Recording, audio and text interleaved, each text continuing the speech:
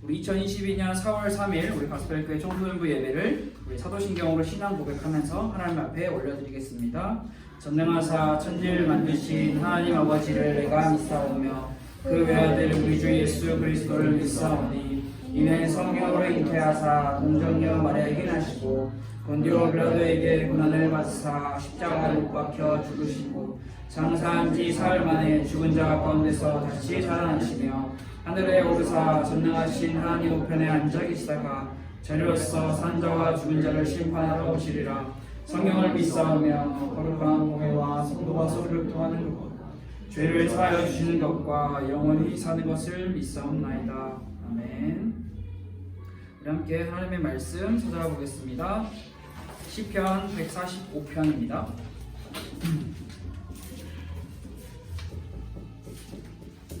시편 145편 마지막 줄에 해당하는 17절에서 21절 말씀. 시편 145편 17절에서 21절입니다. 성경책이 있는 친구들은 성경책으로, 성경책이 없는 친구들은 스마트폰 어플을 통해서도 찾아보면 좋을 것 같아요. 제가 다음 주가 될지 다다음 주가 될지 모르겠지만 성경책을 청소년부 전용 성경책을 제가 준비를 해놓겠습니다. 그래서 여러분들이 성경으로 함께 말씀을 나눌 수 있도록 이번 주는 깜빡했습니다. 자, 시편 145편 17절에서 21절 말씀, 17절에서 21절 말씀 우리 한 목소리로 한번 읽어볼까요? 시작. 여호와께서는 그 모든 행위에 의로우시며 그 모든 일에 은혜로우시도다. 여호와께서는 자기에게 간구하는 모든 자, 곧 진실하게 간구하는 모든 자에게 가까이 하시는도다. 그는 자기를 경외하는 자들의 소원을 이루시며 또 그들의 부르짖음을 들으사 구원하시리로다. 여호와께서 자기를 사랑하는 자들은 다 보호하시고 악인들은 다 멸하시리로다. 내 입이 여호와의 영예를 말하며 모든 육체가 그의 거룩하신 이름을 영원히 송축할지로다. 아멘. 오늘 시편 145편 17절에서 21절 말씀, 그리고 함께 나눈 이 말씀을 통해서 여러분들이 하나님과 친밀한 관계, 하나님을 가까이 하는 시간이 됐으면 좋겠습니다. 여러분들에게 한번 질문을 해볼까요? 기독교 하면 여러분 생각나는 게 뭐가 있어요? 기독교, 우리가 믿고 있는 신앙, 종교라고 할 수도 있죠. 기독교는 뭐라고 이야기를 할 수 있을까요? 여러분이 생각나는 게 뭐가 있을까요?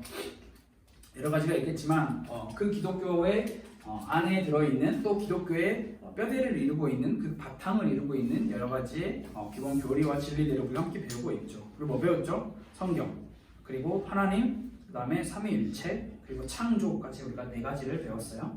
여러분들이 함께 이 배우고 또 말씀을 듣는 내용들을 여러분들의 스스로 여러분들의 신앙관에 잘 이렇게 하나하나씩 쌓아가면 좋을 것 같고, 오늘은 기도에 대해서 함께 배워보려고 합니다. 그래서 그 기도는 뭐냐?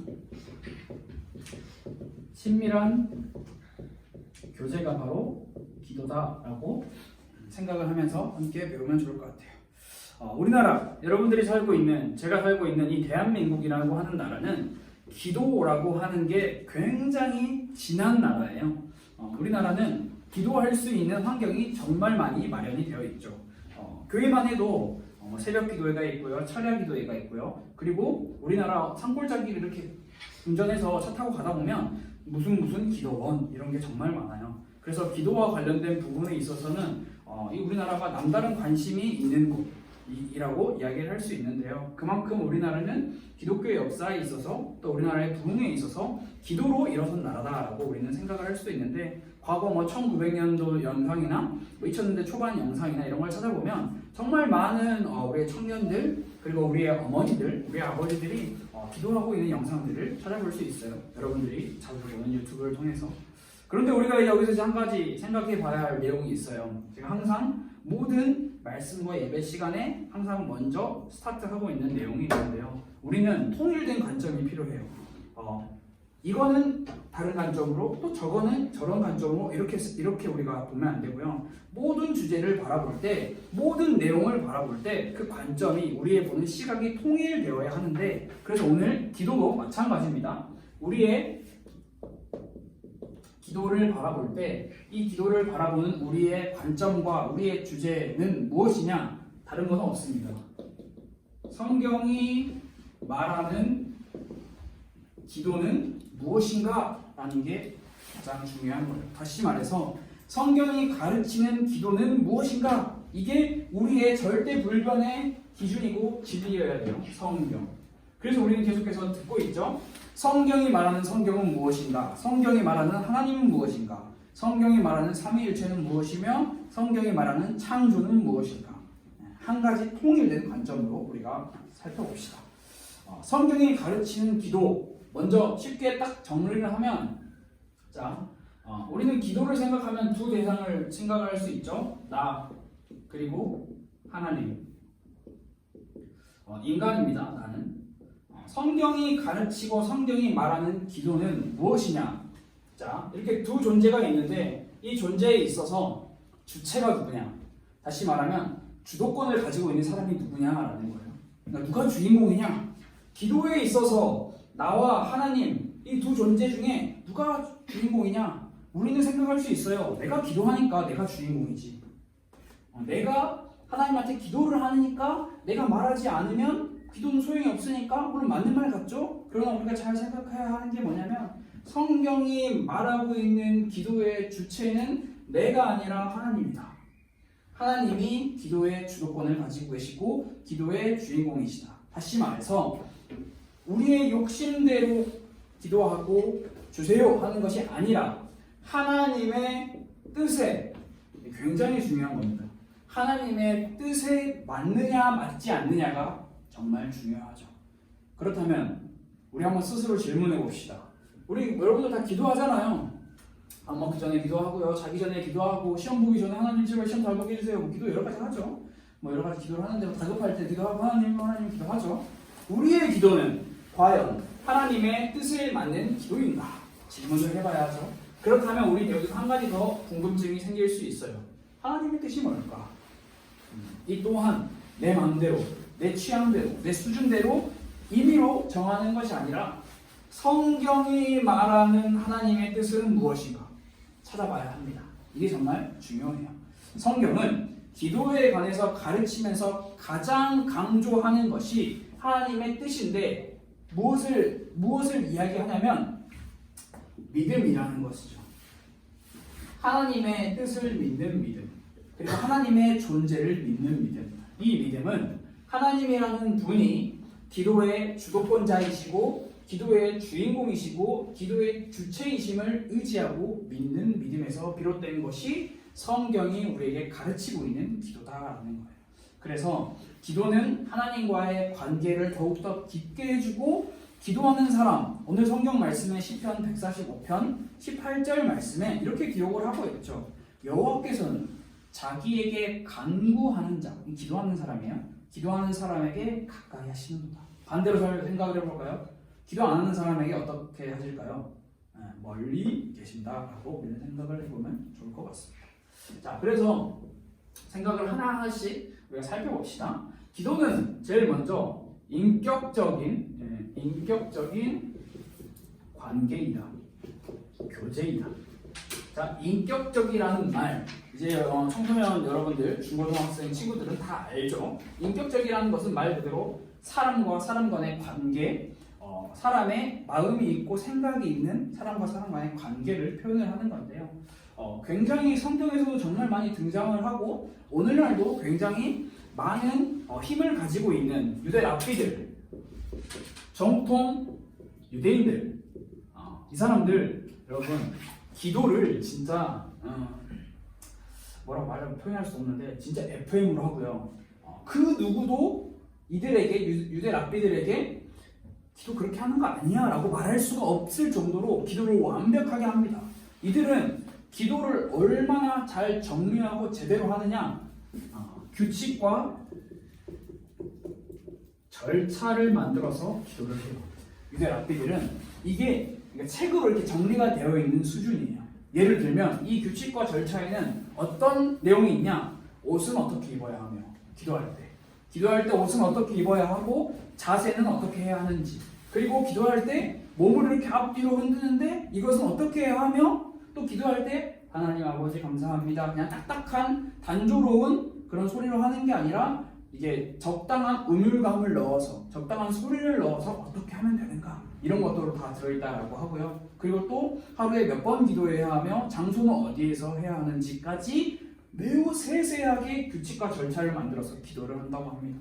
더 놀라운 것은 기도할 때 함부로 샬라샬라샬라 하지 못하게 이미 기도문을 딱 정해서 이 기도문을 그대로 기도해라 라고 가르친다고 해요. 그래서 이것을 배우고 듣고 자란 사람들은 어디를 가든지 어느 곳에 있든지 그 규칙과 절차대로 하나님께 기도하는 거예요. 제가 예전에도 설명했죠. 유대인들은 하루에 3번, 최소 하루에 3번 기도하는데 이 시간만큼은 그 어떤 일이 발생해도 만사 제껴두고 기도의 자리로 나아갑니다.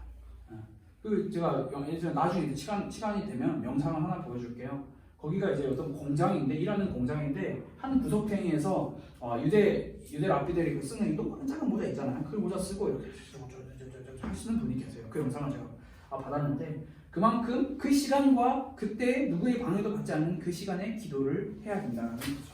여러분 유대 랍비들이 살고 있던 시절 신약 시대에는 예수님의 제자들도 이러한 기도들을 잘 알고 있었어요.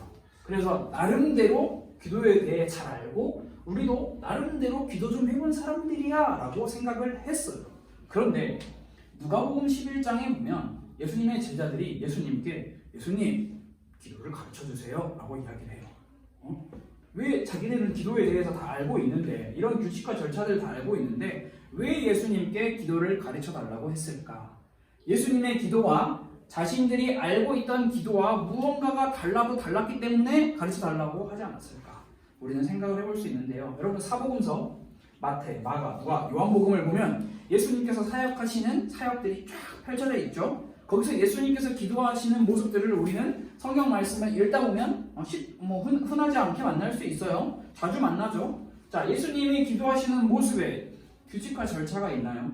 물론 있죠. 홀로 조용한 곳에 가서 새벽 미명에 저녁에 여러 가지에 예수님께서 본인이 모범을 보이시기 위해서 그렇게 기도하신 건 있지만 예수님께서는 규칙과 절차를 만들지는 않으셨어요.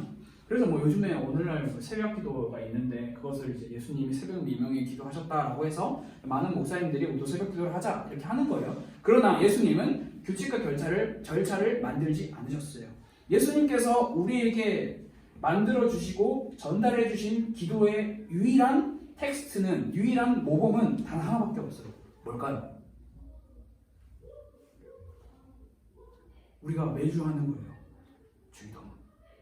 예수님께서 가르쳐 주신 거잖아요. 너희는 이렇게 기도하라. 하늘에 계시죠. 그냥 우리는 근데 아싸 예배 끝났다 집에 가야지 하늘에 계신 이렇게 하잖아요. 그렇게 하는 게 아니라는 거죠. 우리가 잘 생각을 해봐야 되죠. 예수님의 기도는 유대 랍비들이 하는 것처럼 규칙과 절차를 잘 지켜서 하는 기도가 아니라 예수님의 기도는 완벽한 차이가 있었는데 무엇이었냐? 인격적인 기도였다라는 거예요. 정말로 살아계신 하나님과 만나는 기도였다라는 거예요. 그래서 예수님은 진짜 자신의 모든 인격을 다 쏟아놓는 기도를 하셨어요. 옷을 어떻게 입고 무슨 말을 해야 하며 몸을 적당히 어떻게 흔들어야 하고 어떤 소리를 내어야 하는지에 대해서 기도의 중심점을 맞추는 게 아니라 진짜 살아계신 하나님을 만나는 것에 모든 시선과 집중을 다 하셨던 거예요. 그것을 제자들이 본 거죠. 자, 우리는 이렇게 생각을 하면 볼 수 있죠. 기도는 어느 정도의 형식과 규칙과 절차가 필요해요. 그걸 부인하는 건 아니에요. 그러나 그 형식과 절차와 규칙으로 기도를 다 정리할 수가 없다는 거죠. 왜냐하면 기도는 인격적인 관계이기 때문에, 교제이기 때문에 하나님은 좋은 형식과 좋은 절차, 멋들어진 규칙에 관심을 가지시는 것이 아니라 무엇에 관심을 가지시냐? 우리의 마음, 우리의 중심, 우리의 소원이 어디를 무엇을 향하고 있는가에 관심을 가지신다라는 사실을 기억하고 우리가 기도를 해야 하는 거예요. 다시 말해서 우리의 마음과 중심과 소원이 다른 곳에 가 있다면, 하나님, 살아계신 하나님을 만나는 것이 아니라 다른 곳에 가 있다면, 아무리 멋지고 훌륭해 보이는 형식과 절차를 가지고 기가 막힌 문장력을 가지고 미사여구를 동원해서 하나님 앞에 기도한다고 해도 하나님은 관심을 안 가지신다라는 거예요. 오늘 성경 말씀 시편에서도 이야기하죠. 간구하는 모든 자에게 가까이 하시는데 어떻게 간구하는 자냐? 하나님을 경외하는 자들. 두렵고 떨림으로 하나님께 가까이 하는 사람들에게 하나님은 가까이 하시는 거지, 기가 막힌 말들로 기도하는 사람에게 가까이 하지 않으신다라는 것을 우리는 생각을 해봐야 해요. 계속해서 하나님에 대해서 설명할 때 하나님은 우리와 관계를 맺고 싶어 하시고 교제를 맺고 하시는 분이라는 것을 여러분들이 기억을 하면 좋을 것 같아요. 여러분 혹시 이런 성경 말씀 들어본 적 있나요? 무엇이든지 원하는 대로 구하라, 그리하면 이루리라. 들어본 적 있죠? 우리 정말 많은 기독교인들이 너무나 좋아하는 말씀이에요. 무엇이든지 원하래, 구하래, 그러면 다 들어준대. 마치 요술램프 지니와 같이, 마치 산타 할아버지와 같이 하나님을 이렇게 비교하는데 기가 막힌 말이에요. 무엇이든지 원하는 대로 구하라, 그리하면 이루리라. 이 구절만 보면, 이 구절에 꽂혀서 이야기를 하는 사람들은 뭐라고 이야기하냐? 나 원하는 거 구했는데 왜 하나님 안 들어줘? 하나님 거짓말했네? 신은 없네? 이야기를 하거든요. 여러분, 근데 우리가 진짜 재밌는 게 뭐냐면 저는 그렇게 말하는 사람들의 영적인 영성, 믿음이 없다, 영적인 수준이 떨어진다라고 이야기를 하고 싶은 게 아니라, 그 사람들은 국어 영역, 글 읽기에 해당하는 부분에 있어서 공부를 정말 많이 하셔야 된다고 생각을 해요. 왜냐하면 이 무엇이든지 원하는 대로 구하라, 그리하면 이루리라, 그게 한 문장이 아니에요. 그 앞에 무슨 말이 있어. 요한복음 15장 7절에 해당하는 말씀이거든요. 뭐라고 이야기를 하냐? 너희가 내 안에 거하고 내 말이 너희 안에 거하면, 그리고 뒤에 나오는 말이 무엇이든지 원하는 대로 구하라, 그리하면 이루리라. 자, 조건이 붙죠. 요한복음 15장 1절부터 하시는 말씀이 예수님이 무슨 말씀을 하시냐면, 포도나무와 가지 이야기를 하세요. 너희가 나한테 붙어 있으면 너희가 살 것이다. 다시 말해서 그냥 무조건 구하면 다 되는 것이 아니라, 너희가 내 안에 거하고 내 말이 너희 안에 거하면, 다시 이걸 쉽게 표현하면 뭘까요? 예수님과 인격적인 관계가 맺어져 있으면 무엇이든지 구하라, 그리하면 다 이루어주겠다라는 거예요. 근데 국어에서 읽기 영역에 있어서 굉장히 취약한 사람들이 이야기를 하는 거예요. 앞에 문단을 싹 빼놓고 뒤에 것만 보는 거예요. 아니 무엇이든지 구하라며, 근데 왜 안 들어줘? 거짓말이네, 거짓신이네, 그런 신 안 믿어. 근데 앞에 말은 이런 말씀 안 되죠. 앞에 말은 무시하는 거죠. 인격적인 관계로 내 안에 주인이 예수님으로 모시고 그 예수님과 친밀한 관계가 맺어져 있어야 예수님께서 모든 것을 들어주신다는 거예요. 그냥 내놔, 떼쓰고 내놔, 안 주면 가만 안 둬, 이 협박하는 게 아니에요. 인격적인 관계, 교제, 여러분 꼭 기억을 하면 좋을 것 같아요. 굉장히 중요합니다. 요한복음 15장 7절.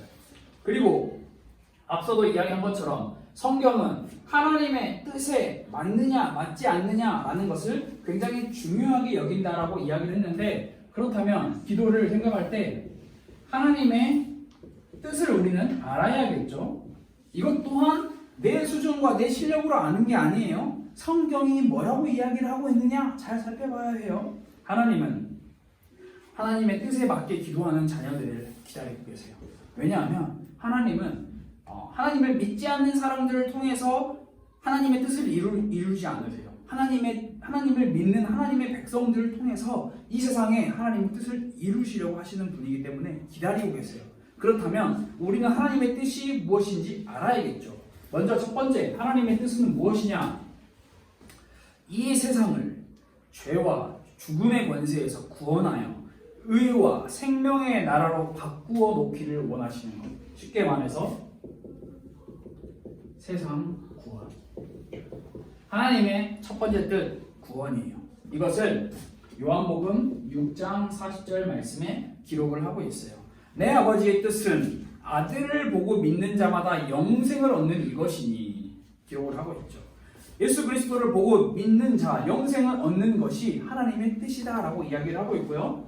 하나님의 뜻은 세상 구원이냐 거기에서만 그치냐 그렇지 않습니다. 두 번째 하나님의 뜻이 무엇이냐? 구원받은 성도들이 하나님의 자녀답게 살기를 원하시는 것. 그게 두 번째 하나님의 뜻이에요. 이것을 쉽게 말하면 성도의 거룩이다라고 이야기를 할 수 있습니다.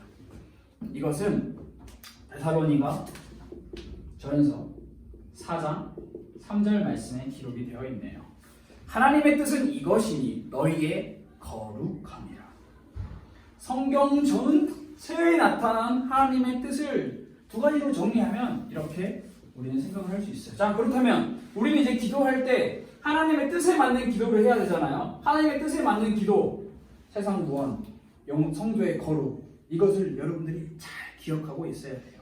이것을 우리의 앞서서 먼저 모범으로 보여주신 분이 예수님이잖아요. 예수님은 이 땅에 오신 이유가, 물론 우리는 이렇게 알고 있죠. 우리를 위해서 십자가를 지시고 우리를 보다 구원하시기 위해서 이 땅에 오셨다. 물론 맞는 말이에요. 정확하게 말하면 조금 더 추가를 해서 말하면 이렇게 설명을 할 수 있어요. 예수님께서 이 땅에 오신 이유는 무엇이냐? 하나님 아버지의 뜻을 이루기 위해서.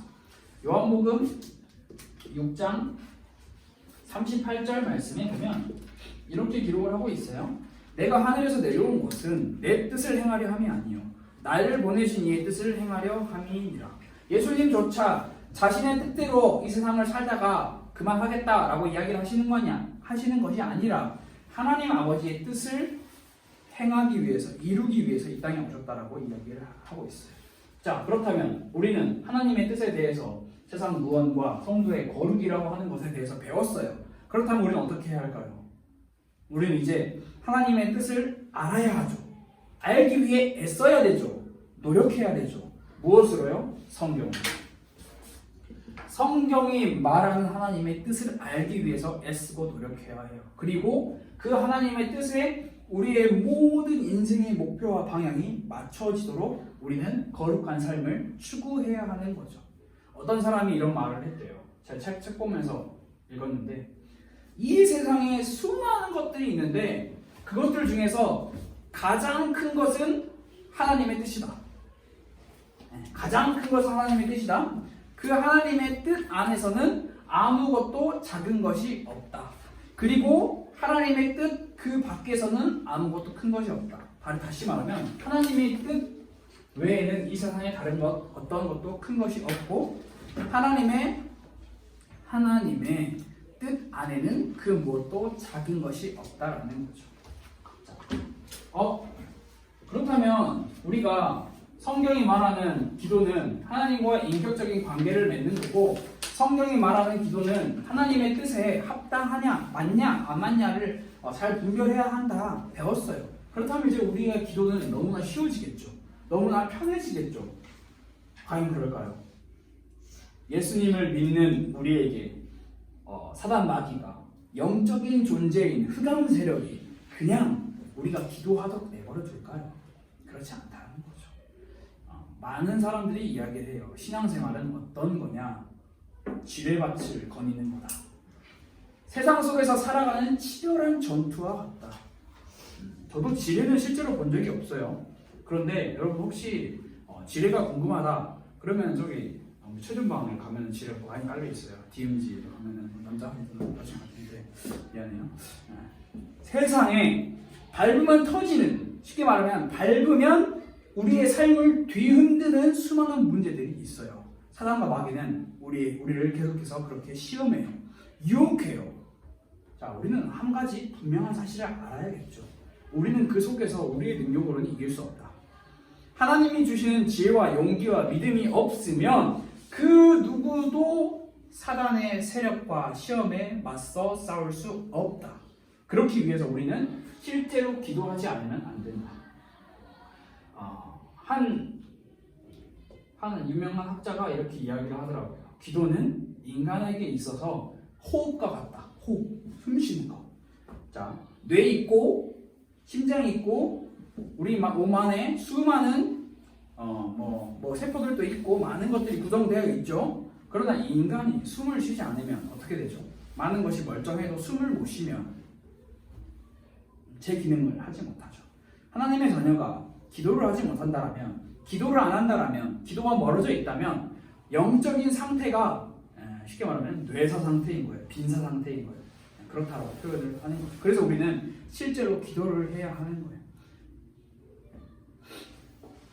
인간이 가장 위대하고 높아질 때가 언제라고 여러분들 생각하세요?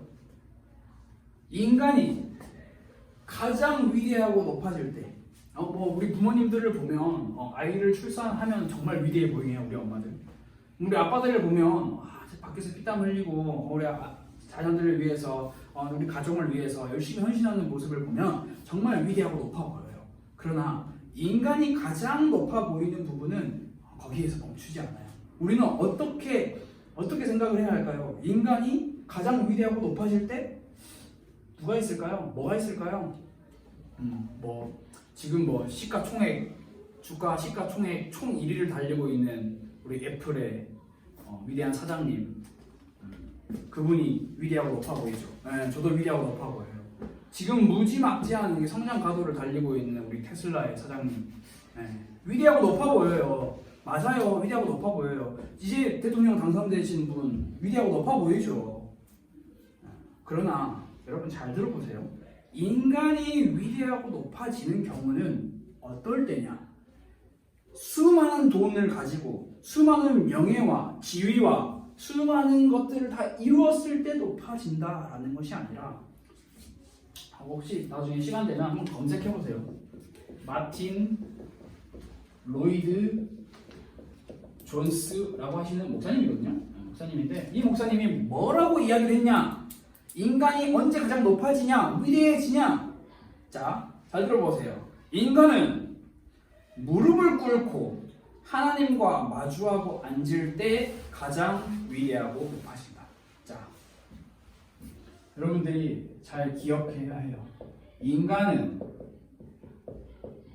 무릎을 꿇고 기도하는 거죠. 하나님과 마주하고 앉을 때 위대하고 높아진다. 다시 말하면 가장 낮은 자의 자세로 갈 때, 그때 비로소 하나님이 높아지시기에 내 경험과 내 지혜와 내 실력을 다 내려놓기에, 인간은 무릎 꿇고 납작 엎드릴 때가 가장 낮은 표현이잖아요. 그때 인간이 가장 위대해진다라고 말씀을 하셨어요. 기도해야 할 크리스천들이 기도하지 않는다라면 영적으로 말을 못하는 사람 벙어리가 되는 거예요. 무감각해지고 영적인 갈등에 빠지게 되는 거죠. 우리는 그 사실을 굉장히 주의해야겠죠. 그래서 시편 145편 18절 말씀 여러분 꼭 기억했으면 좋겠어요. 여호와께서는 자기에게 간구하는 자, 기도하는 자, 곧 진실하게 구하는 자에게 가까이 하시는도다. 마지막으로 우리가 정말 중요하게 기억해야 할 부분이 있습니다. 그것은 무엇이냐? 우리 스스로 하나님께 아무것도 구할 권리와 자격이 없다라는 거죠. 우리는 죄악된 존재이기 때문에 거룩하신 하나님 앞에 나아갈 수 있는 존재와 그 존재 자체의 자격과 권리가 없다라는 거죠. 그래서 우리가 하나님 앞에 나아가기 위해선, 나라는 인간이라는 존재가 하나님께 가기 위해서는 그냥 인간의 존재로 갈 수가 없어요. 인간은 죄악된 존재이기 때문에, 타락한 존재이기 때문에, 하나님은 거룩하신 분이기 때문에, 그럼 이 사이에 갈 수 있도록 우리를 연결해주는 분이 필요하죠. 그분을 보고 성경은 중보자라고 표현을 합니다. 중보자가 무슨 말이냐? 사이가 멀어진 사람들을 화목시키는 역할을 하는 사람. 인간 사이에도 그런 사람 있잖아요. A랑 C랑 싸웠어. 근데 B가 그 사이에서 열심히 노력하면 화해시키려고 하는 거. 근데 인간은 뭐 그런 거지만, 죄악된 인간이 하나님, 거룩하신 하나님께 나아갈 수 있도록 우리를 연결해 주시는 분, 화해시키는 분이 누구냐? 중보자. 누구겠어요? 예수 그리스도밖에 없다는 거예요. 그래서 우리는 기도할 때 이렇게 이야기를 하죠. 예수 그리스도의 이름으로 기도합니다. 여러분, 이게 그냥 단순한 주문이 아니에요. 예수 그리스도의 이름으로 기도합니다 라고 우리가 기도를 하는 것은 예수 그리스도의 그 이름에 하나님께 나아갈 수 있는 권리가 있고 권위가 있고 자격이 생긴다라는 것을 믿으니까 이야기를 하는 거예요. 부처의 이름으로 기도합니다. 마호메트의 이름으로 기도합니다. 알라신의 이름으로 기도합니다. 뭐 이만희의 이름으로 기도합니다. 누구누구 이름으로 기도합니다. 다 그 이름에 엄청나게 의지를 하는 거예요.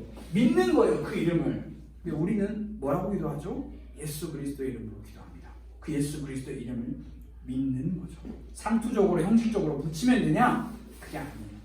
예수의 이름이라고 하는 그 능력을 믿으며 그 권위에 의지해서 우리의 온 마음과 정성을 다해서 기도하는 거예요. 앞서도 이야기한 것처럼 이런 거 있으면 굉장히 좋아요. 그러나 인격적으로 하나님을 만나는데 방해한다면 규칙과 절차 없어야 되는 거예요. 특정한 용어나 공식에 의존하는 것이 아니라 하나님은 우리의 마음과 중심과 소원이 하나님을 향해 있냐, 하나님을 향해 있지 않냐라는 것에 관심을 가지고 계신다라는 것을 여러분들이 기억했으면 좋겠어요. 그래서 우리의 기도는 내 이름이 아니라 예수 그리스도의 이름으로 한다는 거죠. 그래서 우리에게는 이 이름을 믿는 믿음이 필요한 거예요. 이 이름에 능력이 있다. 이 이름만이 하나님 앞에 우리를 나아갈 수 있게 해준다. 그래서 시편 145편 18절 말씀에 여호와께서는 자기에게 간구하는 모든 자, 곧 진실하게 간구하는 모든 자에게 가까이 하시는도다 라고 이야기했는데, 여기에는 눈에 보이지 않는 그 문구가 우리 눈에 보여야 돼요. 여호와께서는 예수 그리스도의 이름을 믿고 그 능력, 그 이름을 의지하면서 자기에게 간구하는 자라는 가로가 쫙 펼쳐져 있어요. 그냥 주세요, 내놔요. 물론 맞아요. 아버지와 자녀의 관계니까 하나님 주세요, 내놔요 라고 해야 하는데, 우리 인간도 관계가 서먹하면 내놔요 못하잖아요. 불편하잖아요. 하나님 마찬가지예요. 인격적인 관계를 원하세요. 하나님과 얼마나 친밀하고 얼마나 가깝고 하나님과 얼마나 많이 동행을 하느냐에 따라서 하나님께 당당히 요구할 수 있는 사람이 있고 당당히 요구를 할 자격이 없는 사람도 있다라는 거예요. 여러분들이 꼭 기억했으면 좋겠어요. 그래서 기도는 실제로 해야 하는 거예요. 그래서 여러분들이 혼자 있으면 기도하기 힘들잖아요. 혼자 있으면 기도하기 힘들죠. 근데 우리는 결국 혼자 기도를 해야 하거든요. 그래서 우리는 기도하는 연습이 필요해요. 그 훈련이 필요하다라는 거예요. 그래서 우리가 지금 4월달이잖아요. 4월은 큰 기독교 우리 기독교 신앙에 있어서 매우 중요한 날인데, 왜냐하면 고난 주일과 부활 주일이 있기 때문이에요. 예수님이 고난 받으시고 부활하신 주일이 있는 거죠. 우리는 이제 뭐 기독교력으로 이거를 지내고 있는데, 제가 왜 이야기를 하냐면, 자, 고난 주일 모든 한국 교회가 공통적으로 지키는 게 있어요. 고난 주일과 부활 주일 이 사이가 일주일이에요. 정확히 말하면 7일이지만 평일만 하면 5일이라는 시간이 있어요. 이때 모든 교회가 특별이라는 말을 붙여요. 왜 특별하냐? 말 그대로 이 고난주일과 부활주일을 묵상하고 기념하기 위해서. 그래서 우리는 줄여서 흔히 특세라고 이야기를 하죠. 특별 새벽 집회. 자, 갑자기 제가 이 이야기를 하는 이유 쎄하죠. 갑자기 특세를 나오라고 나보고 특별 새벽 집회 오라고? 안 되는데? 자, 그냥 이렇게 이야기하는 게 아니에요. 잘 들어보세요. 여러분들이 그동안 한 번도 여러분들에게 이야기하지 않았어요. 특별 새벽 집회가 있어요. 여러분 참석하면 너무 좋잖아요. 그런데 어떻게 참석해도 되냐? 물론 올 수 있는 친구들은 현장 참석을 하면 정말 좋죠. 그러나 현장 참석이 힘들잖아요. 집이 멀고 엄마 아빠 깨워야 되고 막 싸워야 되고 난리 나잖아요. 그래서 온라인 참석도 가능하다. 자, 여기서 끝나는 게 아닙니다. 이것은 제 개인적으로 하는 게 아니라 우리 교회가 대학 청년들 그리고 청소년들 그리고 초등학생들까지 포함해서 특별 새벽 집회 5일 5날을 올 패스하는 친구들에게는 뭔가가 있대요. 소정의 상품이 있다라고 이야기를 합니다. 그래서 저는 여러분들이 다 그 상품을 받았으면 좋겠어요. 그래서 여러분들에게 강력하게 이야기하는 거예요. 현장 참석하면 현장 5일 하면 또 다르고요. 온라인 5일 하면 달라요. 온라인 5일 어떻게 확인해요? 인증해야죠.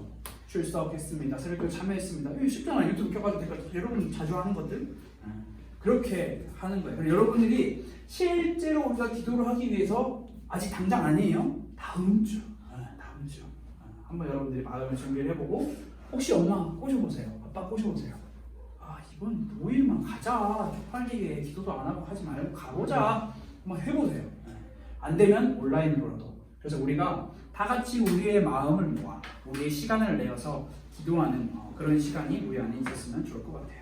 우리 시간 다 같이 기도하겠습니다. 하나님 아버지 감사합니다. 우리에게 기도를 가르쳐 주시고 그리고 그 기도를 몸소 행하신 예수님의 기도를 바라보며 우리가 형식과 절차에 매여서 기도하는 것이 아니라 실제로 살아계시는 그 하나님을 의지하며 그 살아계신 하나님 앞에 나아가기를 원합니다. 하나님과 친밀하고 인격적인 교제가 형성되기를 원합니다.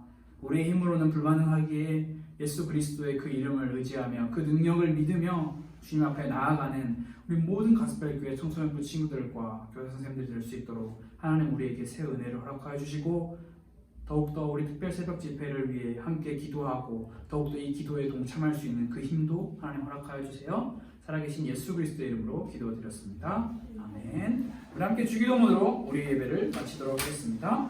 하늘에 계신 우리 아버지여 이름이 거룩히 여김을 받으시오며 나라가 임하시오며 뜻이 하늘에서 이루어진 것 같이 땅에서도 이루어지이다.